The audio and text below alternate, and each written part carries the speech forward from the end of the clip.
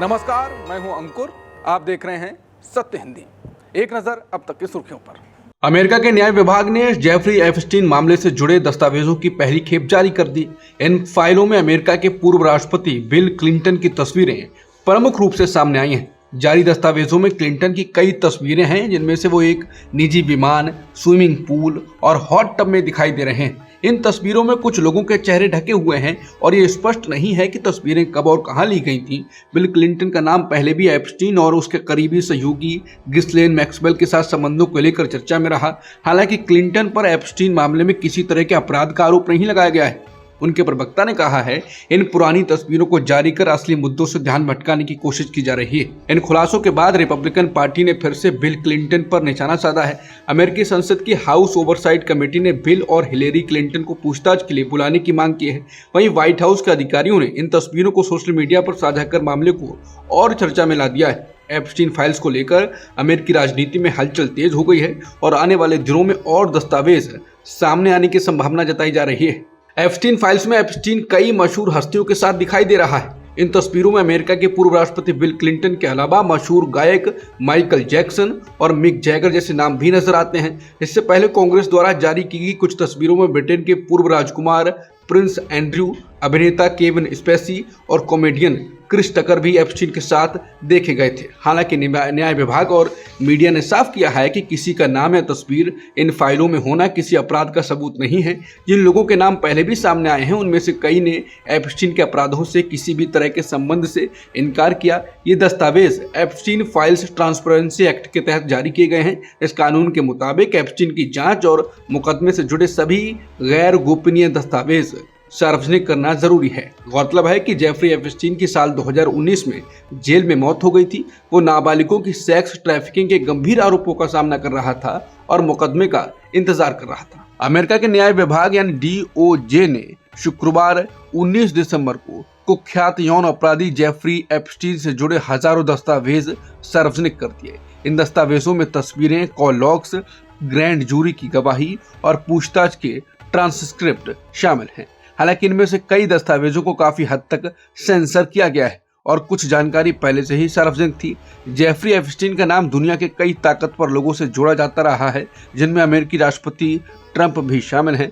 बताया जाता है कि ट्रंप लंबे समय तक इन फाइलों को सार्वजनिक होने से रोकने की कोशिश करते रहे। फाइलों में एप्स्टीन और उसकी करीबी सहयोगी गिस्लेन मैक्सवेल की तस्वीरें और बातचीत के रिकॉर्ड भी हैं। मैक्सवेल को नाबालिग लड़कियों की तस्करी और एप्स्टीन के लिए उन्हें फंसाने का दोषी ठहराया गया था। उसे साल 2021 में सजा सुनाई गई थी और वो फिलहाल 20 साल की जेल में है। न्याय विभाग ने संसद को बताया है कि अभी जारी की गई फाइलें अधूरी हैं और साल के अंत तक और दस्तावेज सामने आ सकते हैं। फाइलों को देखने के लिए लोगों की भारी भीड़ उमड़ पड़ी। उसके चलते न्याय विभाग को अपनी वेबसाइट पर वोटिंग लाइन लगानी पड़ी।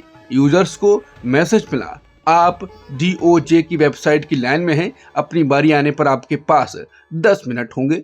न्याय विभाग ने कहा कि पीड़ितों और निजी लोगों की पहचान छुपाने के लिए हर संभव कोशिश की गई है, लेकिन जल्दबाजी में कुछ संवेदनशील जानकारी गलती से सामने आ सकती है। रूसी राष्ट्रपति व्लादिमीर पुतिन ने अपनी सालाना प्रेस कॉन्फ्रेंस में कहा कि अगर रूस से इज्जत के साथ पेश आया जाए तो यूक्रेन के बाद कोई और युद्ध नहीं होगा। साथ ही उन्होंने दावों को बेतुका बताते हुए खारिज कर दिया कि रूस यूरोपीय देशों पर हमला करने की योजना बना रहा है। अमेरिका के विदेश मंत्री मार्को रूबियो ने शुक्रवार को पुष्टि की है कि पाकिस्तान ने गजा में प्रस्तावित इंटरनेशनल स्टेबलाइजेशन फोर्स के लिए सैनिक भेजने की पेशकश की। यह पेशकश अमेरिकी राष्ट्रपति ट्रंप की 20 सूत्रीय शांति योजना के तहत की गई है, जिसका मकसद संघर्ष प्रभावित क्षेत्र में शांति बहाल करना है। पाकिस्तान की भागीदारी पर पूछे गए सवाल के जवाब में रूबियो ने कहा, हम पाकिस्तान की इस पेशकश के लिए आभारी हैं, या कम से कम इस बात के लिए कि उसने इसमें शामिल होने पर विचार करने की पेशकश की। मुझे लगता है कि किसी से पक्की प्रतिबद्धता मांगने से पहले हमें उन्हें कुछ और जवाब देने होंगे। इस बीच पाकिस्तान ने कहा कि उसने अभी तक गजा के लिए प्रस्तावित ISF में सैनिक भेजने का कोई फैसला नहीं किया है। बांग्लादेश में जुलाई विद्रोह के प्रमुख नेता और इंकलाब मंच के प्रवक्ता शरीफ उस्मान हादी की मौत के बाद देश भर में व्यापक अशांति फैल गई है। हादी की सिंगापुर में इलाज के दौरान मौत की खबर फैलते ही ढाका सहित कई शहरों में प्रदर्शनकारियों ने हिंसा शुरू कर दी। प्रदर्शनकारियों ने प्रमुख अखबारों, प्रथम आलो और डेली स्टार के दफ्तरों में तोड़फोड़ की और आग लगा दी। भारतीय दूतावास पर पथराव की भी खबरें हैं। एक हिंदू को भीड़ ने जिंदा मार डाला। बांग्लादेश के अंतरिम सरकार के मुख्य सलाहकार मोहम्मद यूनुस ने इस घटना की निंदा की और कहा कि इसे कभी स्वीकार नहीं किया जाएगा। बांग्लादेश में धर्म का अपमान करने के आरोप में भीड़ ने गुरुवार को एक हिंदू युवक की पीट कर हत्या कर दी। इसे लेकर भारत की मुख्य विपक्षी पार्टी कांग्रेस की नेता प्रियंका गांधी ने भारत सरकार से संज्ञान लेने की मांग की है। उन्होंने इस घटना पर दुख जताया और इसे मानवता के खिलाफ अपराध बताया। कांग्रेस सांसद ने सोशल मीडिया प्लेटफॉर्म एक्स पर लिखा, बांग्लादेश में हिंदू युवक दीपू चंद्र दास की भीड़ द्वारा बर्बरतापूर्ण हत्या का समाचार अत्यंत चिंताजनक है। उन्होंने कहा कि किसी भी सभ्य समाज में धर्म, जाति, पहचान आदि के आधार पर भेदभाव, हिंसा और हत्या मानवता के खिलाफ अपराध है। प्रियंका गांधी का कहना है कि पड़ोसी देश में हिंदू, ईसाई और बौद्ध अल्पसंख्यकों के खिलाफ बढ़ती हिंसा को लेकर भारत सरकार को इस पर संज्ञान लेना चाहिए।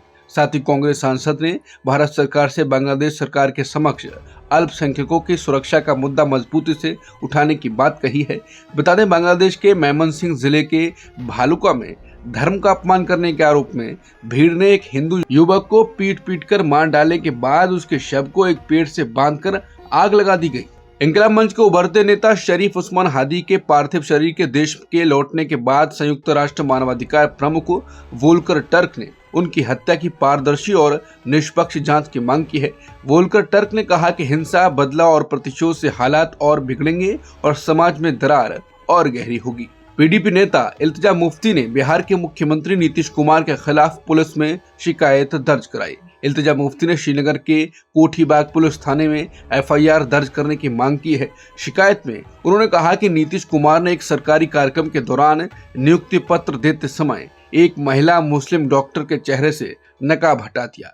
इल्तिजा मुफ्ती ने अपनी शिकायत में लिखा कि ये घटना मुस्लिम समाज, खासकर मुस्लिम महिलाओं के लिए बहुत अपमानजनक और मानसिक पीड़ा देने वाली है। महाराष्ट्र में शनिवार सुबह नगर निकाय चुनावों के लिए मतदान शुरू हो गया है।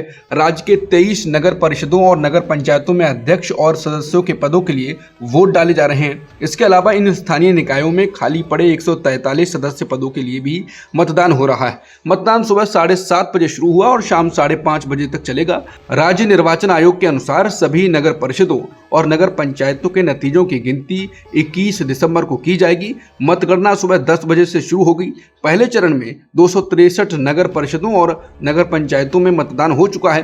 कई जगहों पर अध्यक्ष और सदस्य निर्विरोध चुने गए हैं। इस बार चुनावी मुकाबला दिलचस्प हो गया है। कई क्षेत्रों में सत्तारूढ़ गठबंधन के दल बीजेपी, एकनाथ शिंदे की शिवसेना और अजित पवार की एनसीपी आपस में ही आमने सामने है। वहीं बीजेपी के नेतृत्व वाला महायुति गठबंधन और विपक्षी महाविकास अघाड़ी के बीच भी सीधी टक्कर देखने को मिल रही है।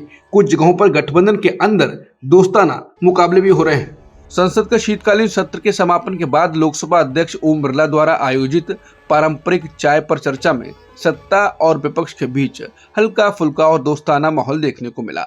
इस दौरान पीएम मोदी और कांग्रेस नेता प्रियंका गांधी वाड्रा के बीच दिलचस्प बातचीत हुई। प्रियंका गांधी ने मजाकिया अंदाज में वायनाड की हल्दी का जिक्र किया और प्रधानमंत्री से उनके हालिया इथियोपिया दौरे को लेकर सवाल पूछा। प्रियंका गांधी ने बताया कि वो अपने संसदीय क्षेत्र वायनाड के लोगों से बेहतर संवाद के लिए मलयालम सीख रही हैं। प्रधानमंत्री मोदी ने कहा कि भारत में लोग इथियोपिया को लेकर जो सोचते हैं, असलियत उससे अलग है। उनके मुताबिक इथियोपिया सामाजिक और आर्थिक रूप से तेजी से आगे बढ़ रहा है। इस मौके पर समाजवादी पार्टी नेता धर्मेंद्र प्रधान ने शीतकालीन सत्र को छोटा बताया, जिस पर प्रधानमंत्री ने मजाक में कहा कि इससे आपका गला ठीक रहा, ज्यादा चिल्लाना नहीं पड़ा, जिससे वहां मौजूद लोग हंस पड़े। कर्नाटक के मुख्यमंत्री सिद्धारमैया ने राज्य सरकार में ढाई साल की सत्ता साझा करने के दावे को शुक्रवार को सिरे से खारिज कर दिया। हालांकि उप मुख्यमंत्री डीके शिवकुमार ने कहा है कि उनकी और मुख्यमंत्री सिद्धारमैया के बीच कांग्रेस हाईकमान की मौजूदगी में एक समझौता हुआ है और दोनों नेता इस फैसले का पालन करेंगे। विधानसभा में उत्तर कर्नाटक के विकास से जुड़े मुद्दों पर चर्चा के दौरान जब बीजेपी विधायकों ने सवाल उठाया कि क्या कांग्रेस सरकार अपने वादे पूरे करेगी, तो मुख्यमंत्री सिद्धारमैया ने कहा कि मुझे पूरा भरोसा है कि कांग्रेस हाईकमान मुझे 5 साल का कार्यकाल पूरा करने देगी। उन्होंने आगे कहा कि उन्हें लगता है कि हाईकमान उनके साथ है, लेकिन जो भी फैसला होगा वो उसे मानेंगे। इस बयान के बाद कर्नाटक की राजनीति में नेतृत्व को लेकर चर्चाएं एक बार फिर तेज हो गई। अमेरिका ने कहा है कि उसकी सेना ने सीरिया में इस्लामिक स्टेट IS के खिलाफ बड़ा सैन्य हमला किया है। ये कार्रवाई वहां तैनात अमेरिकी बलों पर हुए एक घातक हमले के जवाब में की गई है। अमेरिकी रक्षा मंत्री पीट हेगसेथ ने बताया कि ऑपरेशन हॉक आई स्ट्राइक का मकसद आईएस के लड़ाकों, उनके ढांचे और हथियारों के ठिकानों को नष्ट करना था। इस हमले में लड़ाकू विमान, हमला करने वाला हेलीकॉप्टर और तोपखाने का इस्तेमाल किया गया था। मध्य सीरिया में कई ठिकानों को निशाना बनाया गया। अमेरिका का कहना है कि उसके इस हमले में जॉर्डन के विमान भी शामिल थे। भारतीय क्रिकेट टीम ने 5 मैचों की T20 सीरीज के आखिरी मुकाबले में दक्षिण अफ्रीका क्रिकेट टीम को 30 रनों से हरा दिया। इसी के साथ उसने 3-1 से सीरीज अपने नाम कर ली। चौथा मुकाबला लखनऊ में होना था, जो घने कोहरे के कारण रद्द हो गया। मैच में भारत से मिले 232 रन के लक्ष्य के जवाब में दक्षिण अफ्रीका की टीम 201 का स्कोर ही बना पाई। अब तक की खबरों में इतना ही। बाकी खबरों के लिए बने रहिए सत्यहिंदी.com के साथ। Copyright disclaimer under Section 107 of the Copyright Act 1976. Allowance is made for fair use for purposes such as criticism, comment, news reporting, scholarship, and research. Fair use is a use permitted by copyright statute that might otherwise be infringing.